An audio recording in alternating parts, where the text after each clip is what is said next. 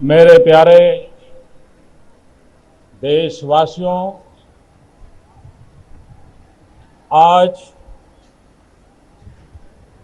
देश और दुनिया में फैले हुए सभी हिंदुस्तानी आजादी का पर्व मना रहे हैं। इस आजादी के पावन पर्व पर प्यारे देशवासियों को भारत के प्रधान सेवक की अनेक अनेक शुभकामनाएं।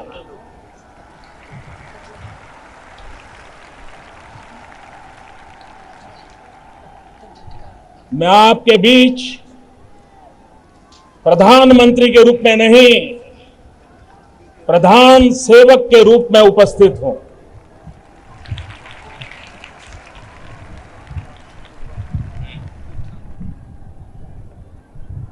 देश की आजादी का जंग कितने वर्षों तक लड़ा गया, कितनी पीढ़ियां खप गई, अनगिनत लोगों ने बलिदान दिए, जवानी खपा दी, जेल में जिंदगी गुजार दी। देश की आजादी के लिए मर मिटने वाले, समर्पित उन सभी आजादी के सिपाहियों को मैं शत शत वंदन करता हूं, नमन करता हूं।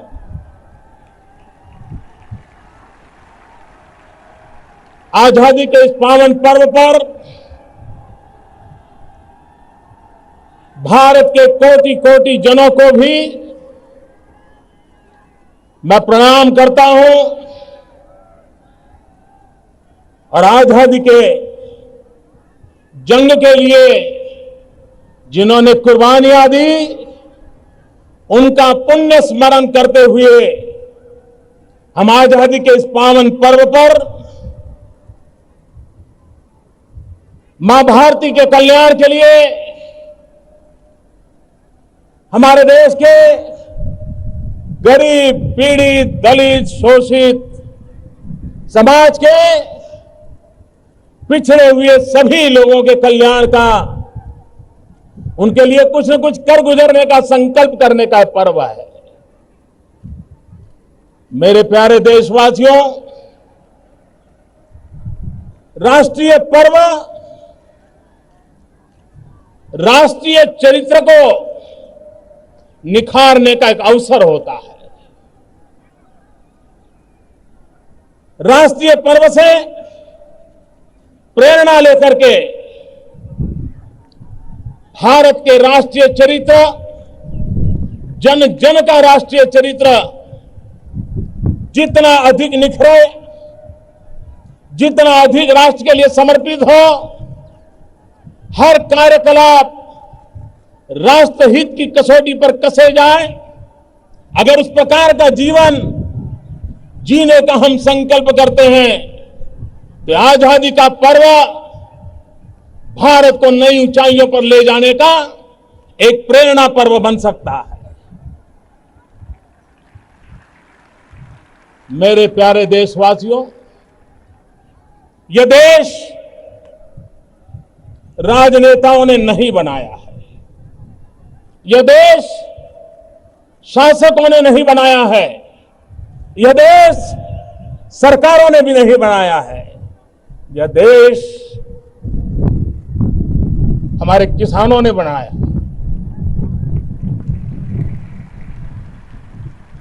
हमारे मजदूरों ने बनाया है, हमारी उन माताओं बहनों ने बनाया है, हमारे उन नौजवानों ने बनाया है, हमारे देश के ऋषियों, मुनियों ने, आचार्यों ने, शिक्षकों ने, वैज्ञानिकों ने, समाज सेवकों ने पीढ़ी दर पीढ़ी कोटि कोटि जनों की तपस्या से आज ये राष्ट्र यहां पहुंचा है। देश के लिए जीवन भर साधना करने वाले ये सभी पीढ़ियां, सभी महानुभाव अभिनंदन के अधिकारी हैं। ये भारत के संविधान की शोभा है, भारत के संविधान का सामर्थ्य है कि छोटे से नगर का गरीब परिवार का एक बालक आज लाल किले की प्राचीर से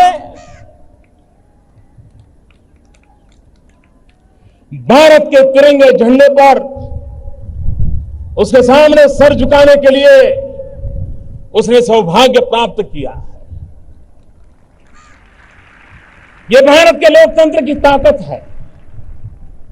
यह भारत के संविधान के रचयिताओं ने दिया हुआ हमें अनमोल सौगात है। मैं भारत के संविधान के निर्माताओं को इस पर नमन करता हूं। भाइयों बहनों, आजादी के बाद देश आज जहां पहुंचा है उसमें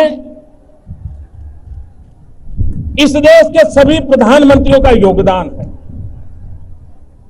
इस देश की सभी सरकारों का योगदान है, इस देश के सभी राज्यों की सरकारों का भी योगदान है।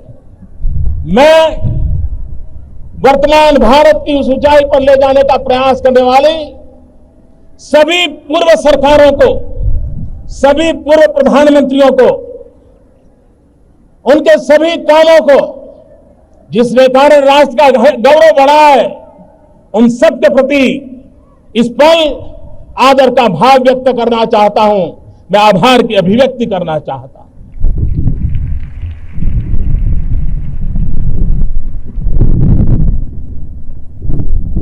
यह देश पुरातन सांस्कृतिक धरोहर की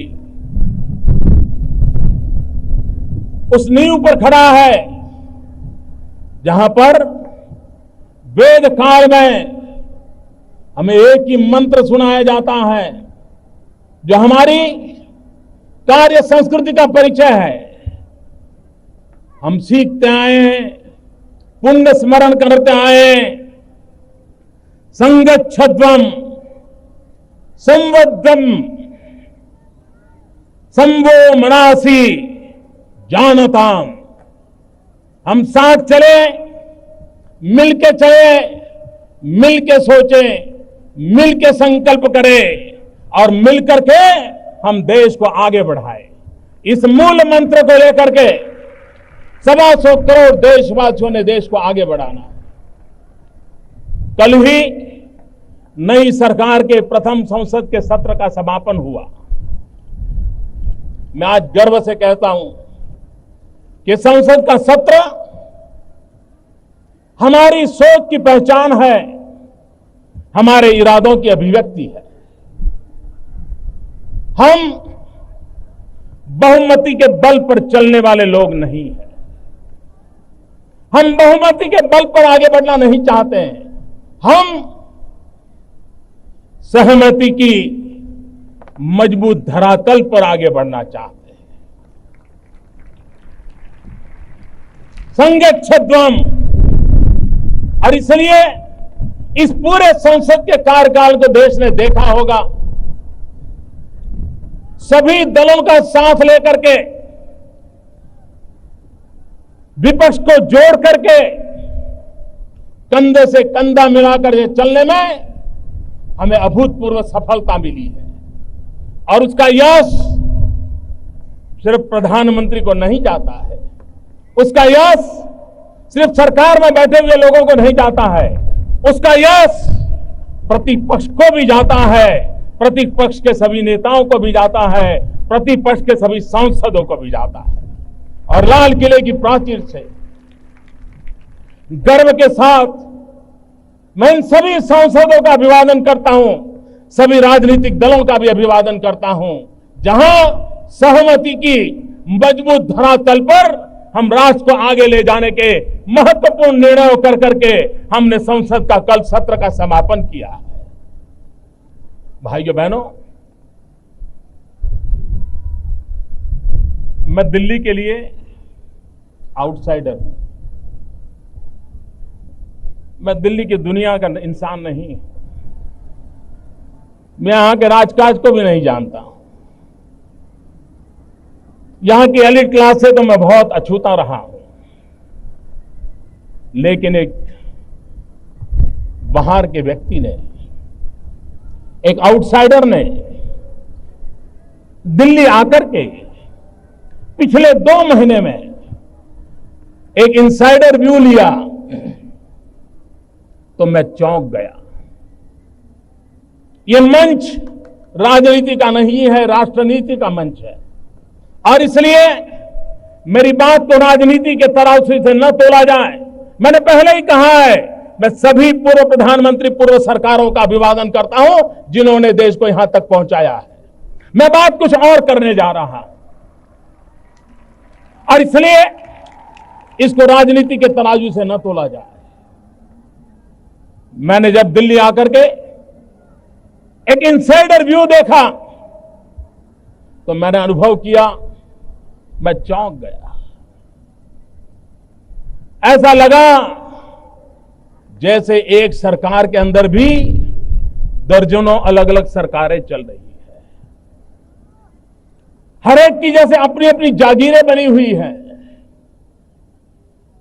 मुझे बिखराव नजर आया, मुझे टकराव नजर आया।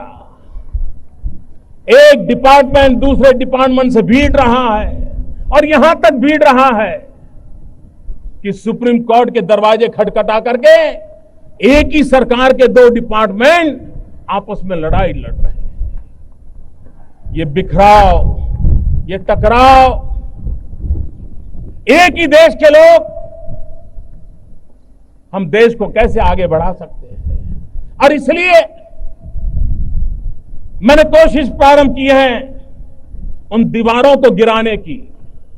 मैंने कोशिश प्रारंभ की है, सरकार एक असेंबल एंटिटी नहीं बट एक ऑर्गेनिक यूनिटी बने, ऑर्गेनिक एंटिटी बने। एक रस हो सरकार, एक लक्ष्य, एक मन, एक दिशा, एक गति, एक मति। इस मुकाम पर हम देश को चलाने का संकल्प करें, हम चल सकते हैं। आपने कुछ दिन पहले, इन दिनों अखबारों में चर्चा चलती है कि मोदी जी की सरकार आ गई, अफसर लोग समय पर सरकार ऑफिस जाते हैं, समय पर ऑफिस खुल जाती है, लोग पहुंच जाते हैं। मैं देख रहा था हिंदुस्तान के नेशनल न्यूज़पेपर कहे जाए, टीवी मीडिया कहा जाए, ये प्रमुख रूप से खबरें छप रही थी। सरकार के मुखिया के नाते तो मुझे आनंद आ सकता है कि देखो भाई, सब समय पे चलना शुरू होगा, सफाई होने लगी। लेकिन मुझे आनंद नहीं आ रहा था, मुझे पीड़ा हो रही थी। वो बात मैं आज पब्लिकली कहना चाहता हूं। इसलिए कहना चाहता हूं, क्या इस देश में सरकारी अफसर समय पर दफ्तर जाएं, ये कोई न्यूज होती है क्या? और अगर वो न्यूज बनती है तो हम कितने नीचे गए हैं, कितने गिरे हैं, इसका वो सबूत बन जाती है। और इसलिए भाइयों बहनों, सरकारें कैसे चली है, आज वैश्विक स्पर्धा में कोटि कोटि भारतीयों के सपनों को साकार करना होगा, तो ये होती है, चलती है से देश नहीं चल सकता। जन सामान्य की आशा आकांक्षाओं की पूर्ति के लिए शासन व्यवस्था नाम का जो पुर्जा है, जो मशीन है, उसको और धारदार बनाना है, और तेज बनाना है, और गतिशील बनाना है। और उस दिशा में हम प्रयास कर रहे हैं। और मैं आपको विश्वास देता हूं मेरे देशवासियों, इतने कम समय से दिल्ली से बाहर से आया हूं, लेकिन मैं देशवासियों को विश्वास दिलाता हूं कि सरकार में बैठे हुए लोगों का सामर्थ्य बहुत है। चपरासी से लेकर कैबिनेट सेक्रेटरी तक हर कोई सामर्थ्यवान है, हर एक की एक शक्ति है, उसका अनुभव है। मैं उन शक्ति को जगाना चाहता हूं, मैं उस शक्ति को जोड़ना चाहता हूं, और उस शक्ति के माध्यम से राष्ट्र कल्याण की गति को तेज करना चाहता हूं और मैं करके रहूंगा।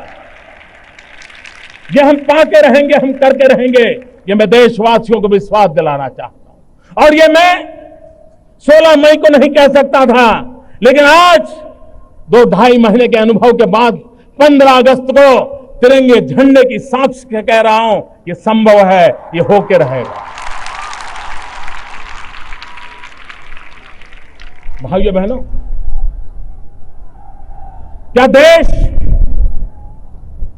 हमारे जिन महापुरुषों ने आजादी दिलाई, क्या उनके सपनों का भारत बनाने के लिए हमारा भी कोई कर्तव्य है कि नहीं है? हमारा भी कोई राष्ट्रीय चरित्र है कि नहीं है? उस पर हमने गंभीरता से सोचने का समय आ गया है। भाइयों बहनों, कोई मुझे बताए कि हम जो भी कर रहे हैं, दिन भर शाम को कभी अपने आप को पूछा कि मेरे इस काम के कारण मेरे देश के गरीब से गरीब का भला हुआ कि नहीं हुआ? मेरे देश के हितों की रक्षा हुई कि नहीं हुई? मेरे देश के कल्याण के काम में आया कि नहीं आया? क्या 125 करोड़ देशवासियों का मंत्र नहीं होना चाहिए कि जीवन का हर कदम देश हित में होगा? दुर्भाग्य कैसा है, आज देश का एक ऐसा माहौल बना हुआ है, किसी से कोई भी काम लेकर के जाओ तो कहता है इसमें मेरा क्या, वहीं से शुरू करता है, इसमें मेरा क्या। और जब उसको पता चलेगा कि इसमें उसका कुछ नहीं है तो तुरंत बोलता है तो फिर मुझे क्या। ये मेरा क्या और मुझे क्या, इस दायरे से हमें बाहर आना है। हर चीज अपने लिए नहीं होती है, कुछ चीजें देश के लिए भी हुआ करती है। और इसलिए हमारे राष्ट्रीय चरित्र को हमने निखारना है। मेरा क्या, मुझे क्या, उससे ऊपर उठ करके देश हित के हर काम के लिए मैं आया हूं, मैं आगे हूं, ये भाव हमें जगाना है। भाइयों बहनों,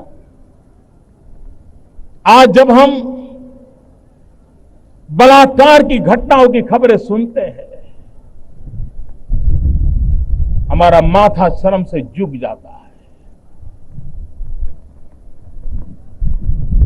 लोग अलग अलग तर्क देते हैं, हर कोई मनोवैज्ञानिक बनकर के अपने बयान देता है, लेकिन भाइयों बहनों, मैं आज इस मंच से मैं उन माताओं और उनके पिताओं से पूछना चाहता हूं, हर मां बाप से पूछना चाहता हूं कि आपके घर में बेटी 10 साल की होती है, 12 साल की होती है, मां और बाप चौकन्ने रहते, हर बार पूछते हैं कहां जा रही हो, कब आओगी, पहुंचने के बाद फोन करना। बेटी को तो सैकड़ों सवाल मां बाप पूछते हैं, लेकिन क्या कभी मां बाप ने अपने बेटे को पूछने की हिम्मत की है?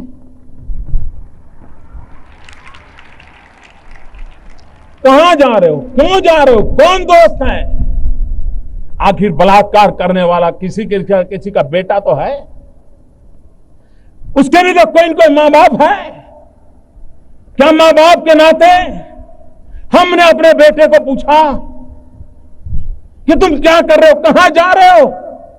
अगर हाँ मां बाप तय करें तो हमने बेटियों पे जितने बंधन डाले हैं, कभी बेटों पर भी डाल करके देखो तो सही, उसे कभी पूछो तो सही। भाइयों बहनों, कानून अपना काम करेगा, कठोरता से करेगा, लेकिन समाज के नाते भी, हर मां बाप के नाते हमारा दायित्व है। कोई मुझे कहे, ये जो बंदूक कंधे पर उठा करके निर्दोषों के मौत की घाट उतारने वाले लोग, कोई माओवादी होंगे, कोई आतंकवादी होंगे, वो किसी न किसी के तो बेटे हैं। मैं उन मां बाप से पूछना चाहता हूं, क्या आपके बेटे से कभी इस रास्ते पर जाने से पहले पूछा था कभी आपने? हर मां बाप जिम्मेवारी ले। इस गलत रास्ते पर ले गया हुआ आपका बेटा निर्दोषों की जान लेने के पर उतारू है। न वो अपना भला कर पा रहा है, न अपने परिवार का भला कर पा रहा है, और न ही देश का भला कर पा रहा है। और मैं हिंसा के रास्ते पर गए हुए उन नौजवानों से कहना चाहता हूं, आप जो भी आज हैं, कुछ न कुछ तो भारत माता ने आपको दिया है, तब पहुंचे हैं। आप जो भी हैं, आपके मां बाप ने आपको कुछ तो दिया है, तब है। मैं आपसे पूछना चाहता हूं, कंधे पर बंदूक लेकर के आप धरती को लाल तो कर सकते हो, लेकिन कभी सोचो अगर कंधे पर हल होगा तो हरियाली धरती कितनी प्यारी लगेगी, कितनी प्यारी लगेगी। कब तक हम इस धरती को लहूलुहान करते रहेंगे? कब तक हम निर्दोषों की जान लेते रहेंगे? और हमने पाया क्या? हिंसा के रास्ते ने हमें कुछ नहीं दिया है। भाइयों बहनों, मैं पिछले दिनों नेपाल गया था। नेपाल में मैंने सार्वजनिक रूप से पूरे विश्व के आकर्षण करने वाली एक बात कही थी। एक जमाना था सम्राट अशोक जिसने युद्ध का रास्ता लिया था, लेकिन हिंसा को देख करके युद्ध छोड़ बुद्ध के रास्ते पर चले गए थे। मैं देख रहा हूं कि नेपाल में कोई एक समय था जब नौजवान रास्ते हिंसा के चल पड़े थे, लेकिन आज वही नौजवान संविधान की प्रतीक्षा कर रहे हैं। उन्हीं के साथ जुड़े लोग संविधान के निर्माण में लगे हैं। और मैंने कहा था, शस्त्र छोड़ करके शास्त्र के रास्ते पर चलने का अगर नेपाल एक उत्तम उदाहरण देता है, तो विश्व के हिंसा के रास्ते पर गए हुए नौजवानों को वापिस आने की प्रेरणा दे सकता है। भाइयों बहनों, बुद्ध की भूमि नेपाल अगर संदेश दे सकती है, तो क्या भारत की भूमि दुनिया को संदेश नहीं दे सकती है? और इसलिए समय की मांग है, हम हिंसा का रास्ता छोड़े, भाईचारे के रास्ते पर चले। भाइयों बहनों, सदियों से किसी न किसी कारणवश सांप्रदायिक तनाव से हम गुजर रहे हैं। देश विभाजन तक हम पहुंच गए। आजादी के बाद भी कभी जातिवाद का जहर, कभी सांप्रदायवाद का जहर, यह पापाचार कब तक चलेगा? किसका भला होता है? बहुत लड़ लिया, बहुत लोगों को काट लिया, बहुत लोगों को मार दिया। भाइयों बहनों, एक बार पीछे मुड़ करके देखिए, किसी ने कुछ नहीं पाया है सिवाय भारत मां के अंगों पर दाग लगाने के सिवा हमने कुछ नहीं किया है। और इसलिए मैं देश के उन लोगों से आह्वान करता हूं, जातिवाद का जहर हो, संप्रदायवाद का जहर हो, प्रांतवाद का जहर हो, ऊंच नीच का भाव हो, ये देश को आगे बढ़ाने में रुकावट है। एक बार मन में तय करो, 10 साल के लिए मॉरिटोरियम तय करो। 10 साल तक इन सारे तनावों से हम मुक्त समाज की ओर जाना चाहते हैं। और आप देखिए, शांति, एकता, सद्भावना, भाईचारा हमें आगे बढ़ने में कितनी ताकत देते। एक बार देखो मेरे देशवासियों, मेरे शब्द पे भरोसा कीजिए और मैं आपको विश्वास दिलाता हूं, अब तक किए हुए पापों को, उस रास्ते को छोड़ें, सद्भावना, भाईचारे का रास्ता अपनाएं और हम देश को आगे ले जाने का संकल्प करें। मुझे विश्वास है कि हम इसको कर सकते हैं। भाइयों बहनों, जैसे जैसे विज्ञान आगे बढ़ रहा है, हमें आधुनिकता की एक मन में भाव जगता है और हम करते क्या है? क्या कभी सोचा है आज हमारे देश में सेक्स रेशियो का क्या हाल है? 1000 लड़कों के सामने 940 बेटियां पैदा होती है। ये समाज में असंतुलन कौन पैदा कर रहा है? ईश्वर तो नहीं कर रहा है। मैं उन डॉक्टरों से अनुरोध करना चाहता हूं, आपकी तिजोरी भरने के लिए किसी मां के गर्भ में पल रही बेटी को मत मारिए।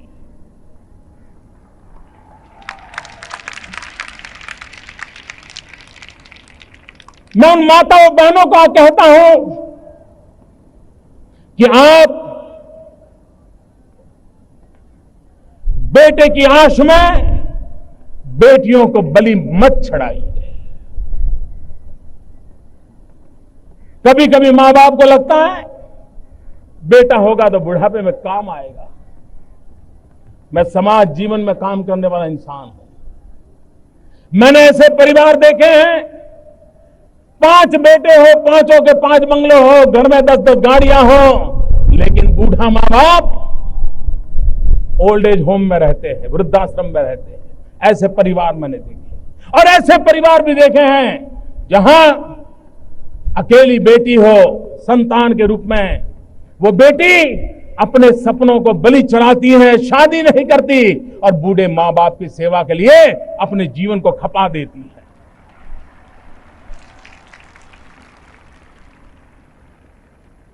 यह असमानता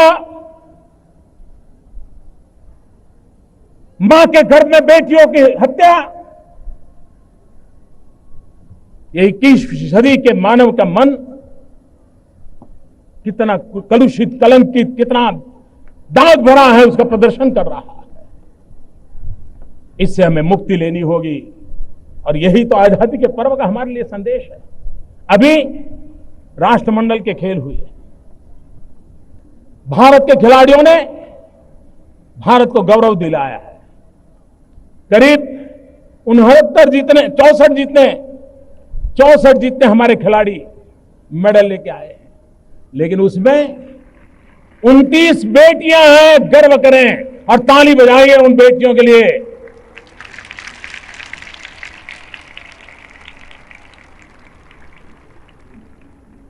भारत की आन बान शान में हमारी बेटियों का भी योगदान है।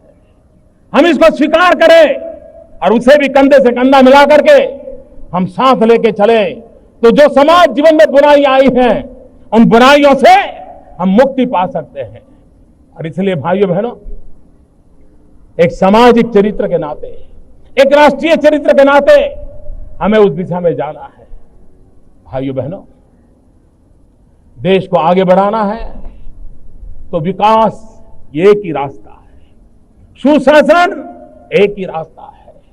देश को आगे ले जाने के लिए यही 2 पटरी हैं जो गुड गवर्नेंस एंड डेवलपमेंट, उसी को लेकर के आगे चल सकते हैं और उसी को लेकर के चलने का इरादा लेकर के हम चलना चाहते हैं। मैं जब गुड गवर्नेंस की बात करता हूं तब आप मुझे बताइए, कोई प्राइवेट में नौकरी करता है, उसको पूछोगे तो कहता है मैं जॉब करता हूं, लेकिन जो सरकार में नौकरी करता है उसको पूछोगे तो कहता है मैं सर्विस करता हूं।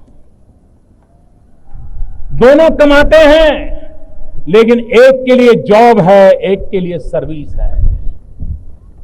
मैं सरकारी सेवा में लगे सभी भाइयों बहनों से प्रश्न पूछता हूं, क्या कहीं ये सर्विस शब्द उसने अपनी ताकत खो तो नहीं दी है, अपनी पहचान खो तो नहीं दी है? सरकारी सेवा में जुड़े हुए लोग जॉब नहीं कर रहे, सेवा कर रहे हैं, सर्विस कर रहे हैं। और इसलिए इस भाव को पुनर्जीवित करना, एक राष्ट्रीय चरित्र के रूप में इसको हमें आगे ले जाना, उस दिशा में हमने आगे बढ़ना है। भाइयों बहनों,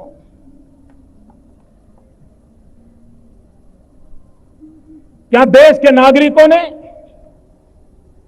राष्ट्र के कल्याण के लिए कदम उठाना चाहिए कि नहीं उठाना चाहिए? आप कल्पना कीजिए, 125 करोड़ देशवासी एक कदम चले तो ये देश 125 करोड़ कदम आगे चला जाएगा।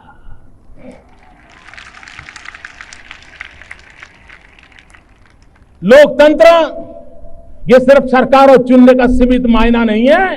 लोकतंत्र 125 करोड़ नागरिक और सरकार कंधे से कंधा मिला करके देश की आशा आकांक्षाओं की पूर्ति के लिए काम करे, ये लोकतंत्र का फायदा है। हमें जनभागीदारी करनी है, पीपल्स प्राइवेट पार्टनरशिप के साथ में आगे बढ़ना है। हमें जनता को जोड़ करके आगे बढ़ना है, और जोड़ने के आगे बढ़ने के लिए आप मुझे बताइए, आज हमारा किसान आत्महत्या क्यों करता है? साहूकार से कर्ज लेता है, कर्ज दे नहीं सकता है, मर जाता है। बेटी की शादी है, गरीब आदमी साहूकार से कर्ज लेता है, कर्ज दे नहीं पाता, जीवन भर मुसीबतों से गुजारता है। उन मेरे गरीब परिवारों की रक्षा कौन करेगा? भाइयों बहनों, इस आजादी के पर्व पर मैं एक योजना को बहुत तेज आगे बढ़ाने का संकल्प करने के लिए आपके पास आया हूं। एक प्रधानमंत्री जन धन योजना। इस प्रधानमंत्री जन धन योजना के माध्यम से हम देश के गरीब से गरीब लोगों को बैंक अकाउंट की सुविधा से जोड़ना चाहते हैं। आज करोड़ों करोड़ों परिवार हैं जिसके पास मोबाइल फोन तो है, लेकिन बैंक अकाउंट नहीं है। यह स्थिति हमें बदलनी है। देश की आर्थिक संसाधन गरीब के काम आए, इसकी शुरुआत यहीं से होती है। यही तो है जो खिड़की खोलता है। और इसलिए प्रधानमंत्री जन धन योजना के तहत जो अकाउंट खोलेगा उसको डेबिट कार्ड दिया जाएगा, और डेबिट कार्ड के साथ हर गरीब परिवार को 1 लाख रुपया का बीमा सुनिश्चित कर दिया जाएगा, ताकि उसके जीवन में कोई संकट आया तो उसके परिवारजनों को 1 लाख रुपए का बीमा मिल सकता है। भाइयों बहनों, यह देश नौजवानों का देश है। 65% देश की जनसंख्या 35 से कम आयु की है। हमारा देश विश्व का सबसे ऊंचा नौजवान देश है। क्या हमने कभी इसका फायदा उठाने के लिए सोचा है? आज दुनिया को स्किल्ड वर्कफोर्स की जरूरत है। आज भारत को भी स्किल्ड वर्कफोर्स की जरूरत है। कभी कभार हम अच्छा ड्राइवर ढूंढते हैं, नहीं मिलता है। प्लम्बर ढूंढते हैं, नहीं मिलता है। अच्छा कुक चाहिए, नहीं मिलता है। नौजवान है, बेरोजगार है, लेकिन हमें चाहिए वैसा नौजवान मिलता नहीं। देश को विकास की ओर आगे बढ़ाना है तो स्किल डेवलपमेंट, यह हमारा मिशन है। और स्किल इंडिया, हिंदुस्तान के कोटि कोटि नौजवानों को स्किल, हुनर सीखे, उसके लिए पूरे देश में जाल और घिसी पिटी व्यवस्थाओं से नहीं, उनको वो स्किल मिले जो उन्हें आधुनिक भारत बनाने में काम आए। वो दुनिया के किसी भी देश में जाएं तो उनके हुनर की सराहना हो। और हम 2 प्रकार के विकास को लेकर के चलना चाहते हैं। हम ऐसे नौजवानों को भी तैयार करना चाहता हूं जो जॉब क्रिएटर हो, और जो जॉब क्रिएट करने का सामर्थ्य नहीं रखते, संजोग नहीं है, वे विश्व के किसी भी कोने में जाकर के आंख में आंख मिला करके अपने बाहुबल के द्वारा, अपनी उंगलियों के हुनर के द्वारा, अपने कौशल्य के द्वारा विश्व का हृदय जीत सके, ऐसे नौजवानों का सामर्थ्य हम तैयार करना चाहते हैं। भाइयों बहनों, स्किल डेवलपमेंट को बहुत तेजी से आगे बढ़ाने का संकल्प लेकर मैं करना चाहता हूं। भाइयों बहनों, विश्व बदल चुका है।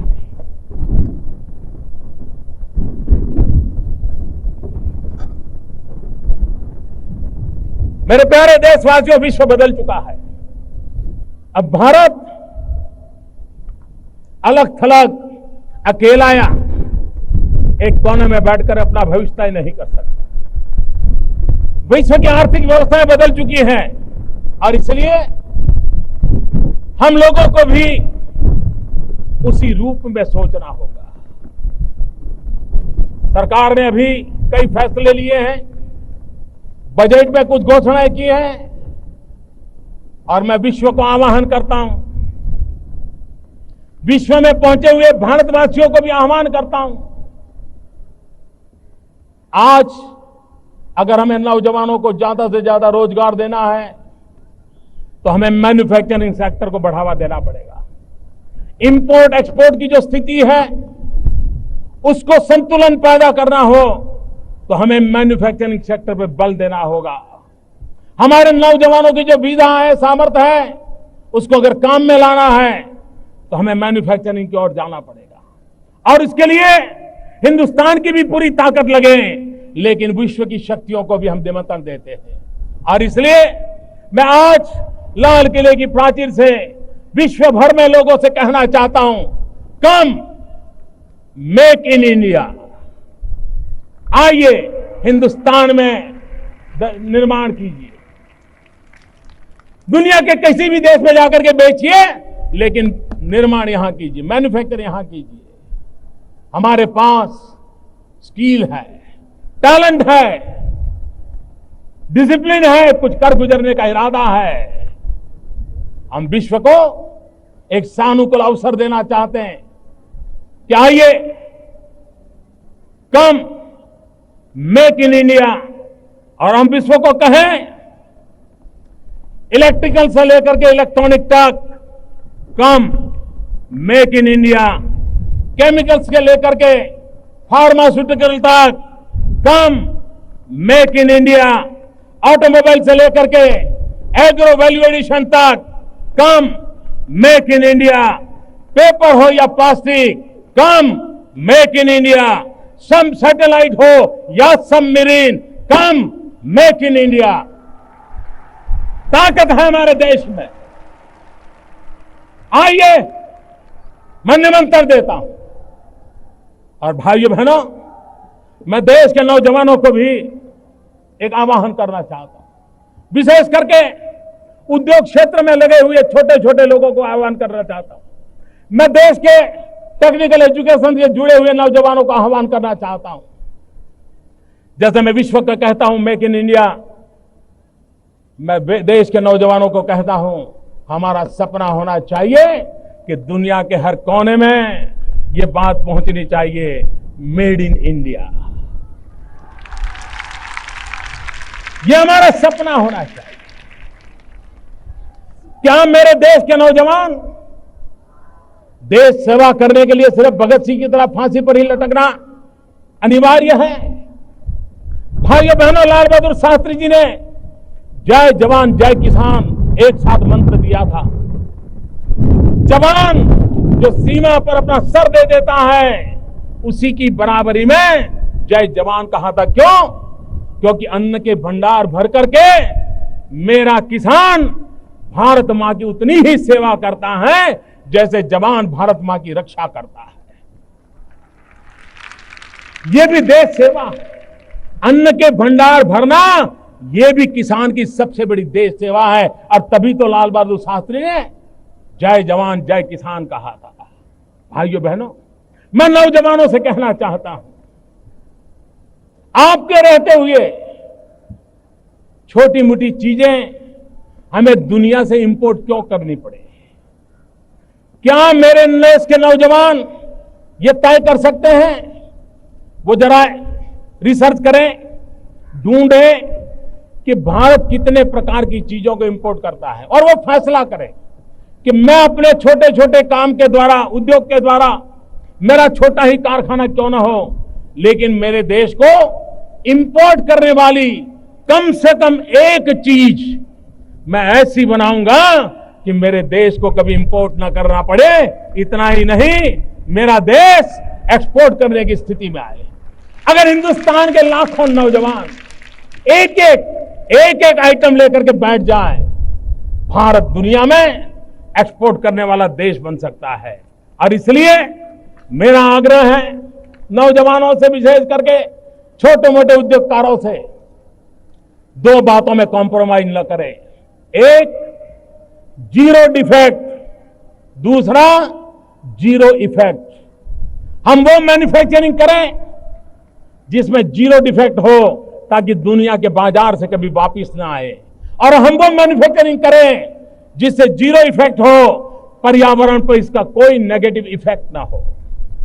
जीरो डिफेक्ट, जीरो इफेक्ट के साथ मैन्युफैक्चरिंग सेक्टर का सपना लेकर के अगर हम आगे चलते हैं तो मुझे विश्वास है मेरे भाइयों बहनों कि जिस काम को लेकर के हम चल रहे हैं उस काम को पूरा करेंगे। भाइयों बहनों, पूरे विश्व में हमारे देश के नौजवानों ने भारत की पहचान को बदल दिया है। विश्व भारत को क्या जानता था? ज्यादा नहीं, अभी 25-30 साल पहले तक दुनिया के कई कोने से ऐसे थे जो हिंदुस्तान के लिए यही सोचते थे तो ये तो सपेरों का देश है, ये सांप का खेल करने वाला देश है, काले जादू वाला देश है। भारत की सच्ची पहचान दुनिया तक पहुंची नहीं थी। लेकिन भाइयों बहनों, हमारे 20, 22, 24 साल के नौजवान जो कंप्यूटर पर उंगलियां घुमाते घुमाते दुनिया को चकित कर दिया। विश्व में भारत की एक नई पहचान बनाने का रास्ता हमारे आईटी प्रोफेशन के नौजवानों ने कर दिया। अगर ये ताकत हमारे देश में है, क्या देश के लिए हम कुछ सोच सकते हैं? और इसलिए हमारा सपना है डिजिटल इंडिया। जब मैं डिजिटल इंडिया कहता हूं तब ये बड़े लोगों की बात नहीं है, ये गरीब के लिए है। अगर ब्रॉडबैंड कनेक्टिविटी से हिंदुस्तान के गांव जुड़ते हैं और गांव के आखिरी छोर की स्कूल में अगर हम लॉन्ग डिस्टेंस एजुकेशन दे सकते हैं, आप कल्पना कर सकते हैं कि हमारे उन गांव के बच्चों को कितनी अच्छी शिक्षा मिलेगी। जहां डॉक्टर नहीं पहुंच पाते, अगर हम टेली मेडिसिन का नेटवर्क खड़ा करें तो वहां पर बैठे हुए गरीब व्यक्ति को भी किस प्रकार की दवाई की दिशा में जाना, उसका स्पष्ट मार्गदर्शन मिल सकता है। सामान्य मानवी की रोजमर्रा की चीजें आपके हाथ में मोबाइल फोन है। हिंदुस्तान के नागरिकों के पास बहुत बड़ी तादाद में मोबाइल कनेक्टिविटी है, लेकिन क्या ये मोबाइल गवर्नेंस की तरफ हम जा सकते हैं? अपने मोबाइल से वो बैंक अकाउंट ऑपरेट करे, गरीब आदमी वो सरकार से अपनी चीजें मांग सके, वो अपनी अर्जी पेश करे, अपना सारा कारोबार अपने चलते चलते मोबाइल गवर्नेंस के द्वारा कर सके। और ये अगर करना है तो हमें डिजिटल इंडिया की ओर जाना है। और डिजिटल इंडिया की तरफ जाना है तो इसके साथ हमारा ये भी सपना है कि हम आज बहुत बड़ी मात्रा में विदेशों से इलेक्ट्रॉनिक गुड इंपोर्ट करते हैं। आपको हैरानी होगी भाइयों बहनों, ये टीवी, ये मोबाइल फोन, ये आईपैड, ये जो इलेक्ट्रॉनिक गुड हम लाते हैं, देश के लिए पेट्रोलियम पैदाशों को लाना अनिवार्य है। डीजल और पेट्रोल लाते हैं, तेल लाते हैं, उसके बाद दूसरे नंबर पर हमारा इलेक्ट्रॉनिक गुड इंपोर्ट पर खड़ा हुआ है। अगर हम डिजिटल इंडिया का सपना लेकर के इलेक्ट्रॉनिक गुड के मैन्युफैक्चरिंग के लिए चल पड़े और हम कम से कम स्वनिर्भर बन जाए तो देश की तिजोरी को कितना बड़ा लाभ हो सकता है। और इसलिए हम इस डिजिटल इंडिया को लेकर के जब आगे चलना चाहते हैं तब e governance, easy governance, effective governance है और इकोनॉमिकल गवर्नेंस है। ई गवर्नेंस के माध्यम से गुड गवर्नेंस की ओर जाने का रास्ता है। एक जमाना तक कहा जाता था कि रेलवे देश को जोड़ती है, ऐसा कहा जाता था। मैं कहता हूं आज आईटी देश के जन जन को जोड़ने का ताकत रखती है और इसलिए हम डिजिटल इंडिया के माध्यम से आईटी के धरातल पर यूनिटी का मंत्र को साकार करना चाहते हैं। भाइयों बहनों, अगर हम इन चीजों को लेकर के चलते हैं तो मुझे विश्वास है कि डिजिटल इंडिया विश्व की बराबरी करने की एक ताकत के साथ खड़ा हो जाएगा। हमारे नौजवानों में वो सामर्थ्य है, उनको ये अवसर दे रहा है। भाइयों बहनों, हम टूरिज्म को बढ़ावा देना चाहते हैं। टूरिज्म से गरीब व्यक्ति को रोजगार मिलता है। चना बेचने वाला भी कमाता है, ऑटो रिक्शा वाला भी कमाता है, पकोड़े बेचने वाला भी कमाता है, अरे चाय बेचने वाला भी कमाता है। और जब चाय बेचने वाले की बात आती है तो मुझे जरा अपनापन महसूस होता है। टूरिज्म के कारण गरीब से गरीब व्यक्ति को रोजगार मिलता है, लेकिन टूरिज्म के अंदर बढ़ावा देने में भी और एक राष्ट्रीय चरित्र के रूप में भी हमारे सामने सबसे बड़ी रुकावट है हमारे चारों तरफ दिखाई दे रही गंदगी। क्या आजादी के बाद, इतने सालों के बाद, 21वीं सदी के 1.5 दशक के दरवाजे पर खड़े हैं, तब क्या अब भी हम गंदगी में जीना चाहते हैं? मैंने यहां सरकार में आकर के पहला काम सफाई का शुरू किया। लोगों को आश्चर्य हुआ, क्या ये प्रधानमंत्री का काम है? लोगों को लगता होगा प्रधानमंत्री के लिए छोटा काम होगा, मेरे लिए बहुत बड़ा काम है। सफाई करना ये बहुत बड़ा काम है। क्या हमारा देश स्वच्छ नहीं हो सकता है? अगर 125 करोड़ देशवासी तय कर लें कि मैं कभी गंदगी नहीं करूंगा, तो दुनिया की कौन सी ताकत है जो हमारे शहर गांव को आकर के गंदा कर सके? क्या इतना सा संकल्प नहीं कर सकते? भाइयों बहनों, 2019 में महात्मा गांधी के 150वीं जयंती आ रही है। महात्मा गांधी की 150वीं जयंती हम कैसे मनाएं? महात्मा गांधी जिन्होंने हमें आजादी दी, इतना बड़े देश को दुनिया के अंदर इतना सम्मान दिलाया, वो महात्मा गांधी को हम क्या दें? भाइयों बहनों, महात्मा गांधी को सबसे प्रिय था सफाई, स्वच्छता।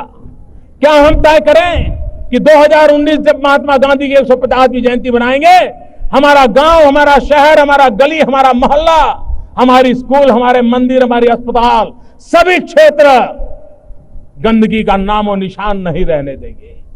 ये सरकार से होता नहीं है, जन भागीदारी से होता है, और ये काम हम सबको मिलकर के करना है। भाइयों बहनों, 21वीं सदी में हम जी रहे हैं। क्या कभी हमारे मन को पीड़ा हुई? आज भी हमारी माताओं बहनों को खुले में शौच के लिए जाना चाहते हैं? डिग्निटी ऑफ विमेन, क्या हम सबका दायित्व नहीं है? बेचारी गांव की मां बहनें अंधेरे का इंतजार करती हैं, जब तक अंधेरा नहीं जाता है वो शौच के लिए नहीं जा पाती है। उसके शरीर को कितनी पीड़ा हो गई होगी, कितनी बीमारियों की जड़ें उसमें से शुरू होती होगी। क्या हमारी मां बहनों की इज्जत के लिए हम कम से कम शौचालय का प्रबंध नहीं कर सकते हैं? भाइयों बहनों, किसी को लगेगा कि 15 अगस्त का इतना बड़ा महोत्सव बहुत बड़ी बड़ी बातें करने का अवसर होता है। भाइयों बहनों, बड़ी बातों का महत्व है, घोषणाओं का भी महत्व है, लेकिन कभी कभी घोषणाएं ऐषणाएं जगाती हैं, और जब घोषणाएं परिपूर्ण नहीं होती हैं, तब समाज निराशा की गर्त में डूब जाता है। और इसलिए हम उन बातों को ही कहने के पक्षधर हैं जिसको हम अपने देखते देखते पूरा कर पाए। और इसलिए मैं कहता हूं, भाइयों बहनों, आपको लगता होगा क्या लाल किले से सफाई की बात करना, लाल किले से टॉयलेट की बात बताना, ये कैसा प्रधानमंत्री है? भाइयों बहनों, मैं नहीं जानता हूं मेरी कैसी आलोचना होगी, इसे कैसे लिया जाए, लेकिन मैं मन से मानता हूं। मैं गरीब परिवार से आया हूं, मैंने गरीबी देखी, और गरीब को इज्जत मिले इसकी शुरुआत यहीं से होती है। और इसलिए स्वच्छ भारत का एक अभियान इसी 2 अक्टूबर से मुझे आरंभ करना है, और 4 साल के भीतर भीतर हम इस काम को आगे बढ़ाना चाहते हैं। और एक काम तो मैं आज ही शुरू करना चाहता हूं, और वो है हिंदुस्तान की सभी स्कूलों में टॉयलेट हो, बच्चियों के लिए अलग टॉयलेट हो, तभी तो हमारी बच्चियां स्कूल छोड़ करके भागेगी नहीं। और मैं एमपी लेड फंड का जो उपयोग कर रहे हैं हमारे सांसद, उनसे आग्रह करता हूं, 1 साल के लिए आपका धन स्कूलों में टॉयलेट बनाने के लिए खर्च कीजिए। सरकार अपना बजट टॉयलेट बनाने में खर्च करे। और मैं देश के कॉर्पोरेट सेक्टर को भी आह्वान करना चाहता हूं, कॉर्पोरेट सोशल रिस्पॉन्सिबिलिटी के तहत आप जो खर्च कर रहे हैं, आप उसमें प्राथमिकता स्कूलों में टॉयलेट बनाने के लिए दीजिए। सरकार के साथ मिलकर के, राज्य सरकारों के साथ मिलकर के 1 साल के भीतर भीतर अगली 15 अगस्त को जब हम यहां खड़े हो, तब विश्वास के साथ खड़े हो, तब हिंदुस्तान की कोई स्कूल ऐसी नहीं है कि जहां बच्चे और बच्चियों के लिए अलग टॉयलेट का निर्माण होना बाकी है। भाइयों बहनों, अगर हम सपने लेकर के चलते हैं तो सपने पूरे भी होते हैं। मैं आज एक विशेष बात और करना चाहता हूं।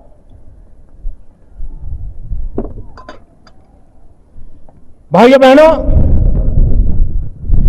देश हित की चर्चा करना, देश हित के विचारों को देना, इसका अपना महत्व है। लेकिन हमारे सांसद वे कुछ करना भी चाहते हैं, लेकिन उन्हें अवसर नहीं मिलता है। वो अपनी बात बता सकते हैं, सरकार को चिट्ठी लिख सकते हैं, आंदोलन कर सकते हैं, मेमोरेंडम दे सकते हैं, लेकिन फिर भी खुद को कुछ करने का अवसर मिलता नहीं। मैं एक नए विचार को लेकर के आज आपके पास आया। हमारे देश में प्रधानमंत्री के नाम से कई योजनाएं चल रही हैं, कई नेताओं के नाम से ढेर सारी योजनाएं चल रही हैं, लेकिन मैं आज संसद के नाम से एक योजना घोषित करता हूं, संसद आदर्श ग्राम योजना।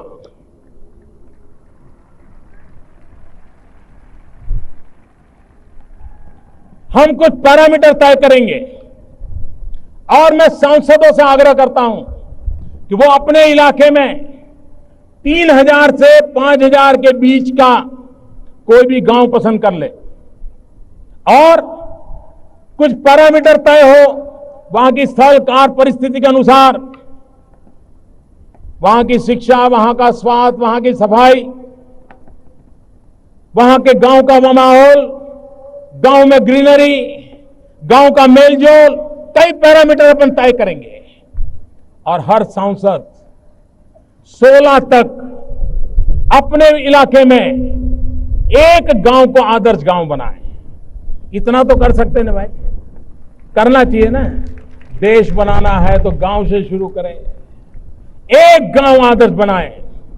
और मैं 2016 का टाइम इसलिए देता हूं कि नई योजना है, लागू करने में, योजना बनाने में कभी समय लगता है। और 16 के बाद जब 2019 में वो चुनाव के लिए जाए, उसके पहले और 2 गांवों को करे और 2019 के बाद हर सांसद 5 साल के कार्यकाल में कम से कम 5 आदर्श ग्राम अपने इलाके में बनाए। जो शहरी क्षेत्र के एमपी हैं, उनसे भी मेरा आह्वान है, वे भी एक गांव पसंद करें। जो राज्यसभा के एमपी हैं, उनसे भी मेरा आग्रह है, वे भी एक गांव पसंद करें। हिंदुस्तान के हर जिले में एक अगर आदर्श गांव बना करके हम देते हैं तो सभी गांव, अगल बगल के गांवों को खुद को उस दिशा में जाने का मन कर जाएगा। एक मॉडल गांव बना करके देखें, व्यवस्थाओं से भरा हुआ गांव बना करके देखें। और मैं 11 अक्टूबर जयप्रकाश नारायण जी की जन्म जयंती है। 11 अक्टूबर को जयप्रकाश नारायण जी की जन्म जयंती पर इस सांसद आदर्श ग्राम योजना की कंप्लीट ब्लूप्रिंट सभी सांसदों के सामने रख दूंगा, सभी राज्य सरकारों के सामने रख दूंगा। और मैं राज्य सरकारों से भी आग्रह करता हूं कि आप भी इस योजना के माध्यम से अपने राज्य में जो अनुकूलता हो, वैसे सभी विधायकों के लिए एक आदर्श ग्राम बनाने का संकल्प करिए। आप कल्पना कर सकते हैं, देश के सभी विधायक एक आदर्श ग्राम बनाएं, सभी सांसद एक आदर्श ग्राम बनाएं। देखते ही देखते हिंदुस्तान के हर ब्लॉक में एक आदर्श ग्राम तैयार हो जाएगा, जो हमें गांव की सुख सुविधा को बदलाव लाने के लिए हमें प्रेरणा दे सकता है, हमें नई दिशा दे सकता है। और इसलिए इस सांसद ग्राम योजना के तहत हम आगे बढ़ना चाहते हैं। भाइयों बहनों, जब से हमारी सरकार बनी है, तब से अखबारों में, टीवी में एक चर्चा चल रही है, प्लानिंग कमीशन का क्या होगा। मैं समझता हूं कि जिस समय प्लानिंग कमीशन का जन्म हुआ, योजना आयोग का जन्म हुआ, उस समय की जो स्थितियां थी, उस समय की जो आवश्यकताएं थी, उसके आधार पर उसकी रचना की गई। और पिछले इन वर्षों में योजना आयोग ने अपने तरीके से राष्ट्र के विकास में उचित योगदान किया है। मैं इसका आदर करता हूं, गौरव करता हूं, सम्मान करता हूं, सत्कार करता हूं। लेकिन अब देश की अंदरूनी स्थिति भी बदली हुई है, वैश्विक परिवेश भी बदला हुआ है, आर्थिक गतिविधि का केंद्र सरकारें नहीं रही हैं, उसका दायरा बहुत फैल चुका है। राज्य सरकारें विकास के केंद्र में आ रही है और मैं इसको अच्छी निशानी मानता हूं। भारत को आगे ले जाना है तो राज्यों को आगे ले जाकर के ही होने वाला है। भारत के फेडरल स्ट्रक्चर की अहमियत पिछले 60 साल में जितनी थी उससे ज्यादा आज के युग में है। हमारे संघीय ढांचे को मजबूत बनाना, हमारे संघीय ढांचे को चेतनवंत बनाना, हमारे संघीय ढांचे को विकास की धरोहर के रूप में काम लेना, मुख्यमंत्री और प्रधानमंत्री की एक टीम फॉर्मेशन हो, केंद्र और राज्य की एक टीम हो, ये टीम बनकर के आगे चले तो इस काम को अब प्लानिंग कमीशन के नए रंग रूप से सोचना पड़ेगा। और इसलिए लाल किले की प्राचीर से एक बहुत बड़ी चली आ रही पुरानी व्यवस्था में उसका कायाकल्प भी करने की जरूरत है, उसमें बहुत बदलाव करने की आवश्यकता है। और कभी कभी पुराने घर के रिपेयरिंग में खर्चा ज्यादा होता है लेकिन संतोष नहीं होता, फिर मन करता है अच्छा है कि नया ही घर बना दे। और इसलिए बहुत ही कम समय के भीतर योजना आयोग के स्थान पर एक क्रिएटिव थिंकिंग के साथ राष्ट्र को आगे ले जाने की दिशा, पब्लिक प्राइवेट पार्टनरशिप की दिशा, संसाधनों का ऑप्टिमम यूटिलाइजेशन, प्राकृतिक संसाधनों का ऑप्टिमम यूटिलाइजेशन, देश की युवा शक्ति के सामर्थ्य का उपयोग, राज्य सरकारों की आगे बढ़ने की इच्छाओं को बल देना, राज्य सरकारों को ताकतवर बनाना, संघीय ढांचे को ताकतवर बनाना, ऐसा नए रूप रंग के साथ, नया शरीर नई आत्मा के साथ, नई सोच के साथ, नई दिशा के साथ, नए विश्वास के साथ एक नए इंस्टीट्यूशन को हम निर्माण करेंगे और बहुत ही जल्द योजना आयोग की जगह पर ये नई इंस्टीट्यूट काम करे, उस दिशा में हम आगे बढ़ने वाले हैं। भाइयों बहनों, आज 15 अगस्त महर्षि अरविंद का भी जन्म जयंती का पर्व है। महर्षि अरविंद ने एक क्रांतिकारी से निकल करके योग गुरु की अवस्था को प्राप्त किया था। उन्होंने भारत के भाग्य के लिए कहा था कि मुझे विश्वास है भारत की दैविक शक्ति, भारत की आध्यात्मिक विरासत विश्व कल्याण के लिए अहम भूमिका निभाएगा। इस प्रकार के भाव महर्षि अरविंद ने व्यक्त किए थे। मेरी महापुरुषों की बातों में बड़ी श्रद्धा है, मेरी त्यागी तपस्वी ऋषि और मुनियों की बातों में बड़ी श्रद्धा है। और इसलिए मुझे आज लाल किले की प्राचीर से स्वामी विवेकानंद जी के वो शब्द याद आ रहे हैं, जब स्वामी विवेकानंद जी ने कहा था कि मैं मेरी आंखों के सामने देख रहा हूं। विवेकानंद जी के शब्द थे, मैं मेरी आंखों के सामने देख रहा हूं कि फिर एक बार मेरी भारत माता जाग उठी है, मेरी भारत माता जगत गुरु के स्थान पर विराजमान होगी। हर भारतीय मानवता के कल्याण के काम आएगा। ये भारत की विरासत विश्व के कल्याण के लिए काम आएगी। ये शब्द स्वामी विवेकानंद जी ने अपने तरीके से कहे थे। भाइयों बहनों, विवेकानंद जी के शब्द कभी असत्य नहीं पुरवार हो सकते। स्वामी विवेकानंद जी के शब्द भारत को जगत गुरु देखने का उनका सपना, उनकी दीर्घ दृष्टि, उस सपने को पूरा करना हम लोगों का कर्तव्य है। दुनिया का यह सामर्थ्यवान देश, प्रकृति से हरा भरा देश, नौजवानों का देश आने वाले दिनों में विश्व के लिए बहुत कुछ कर सकता है। भाइयों बहनों, लोग विदेश की नीतियों के संबंध में चर्चा करते हैं। मैं साफ मानता हूं, भारत की विदेश नीति के कई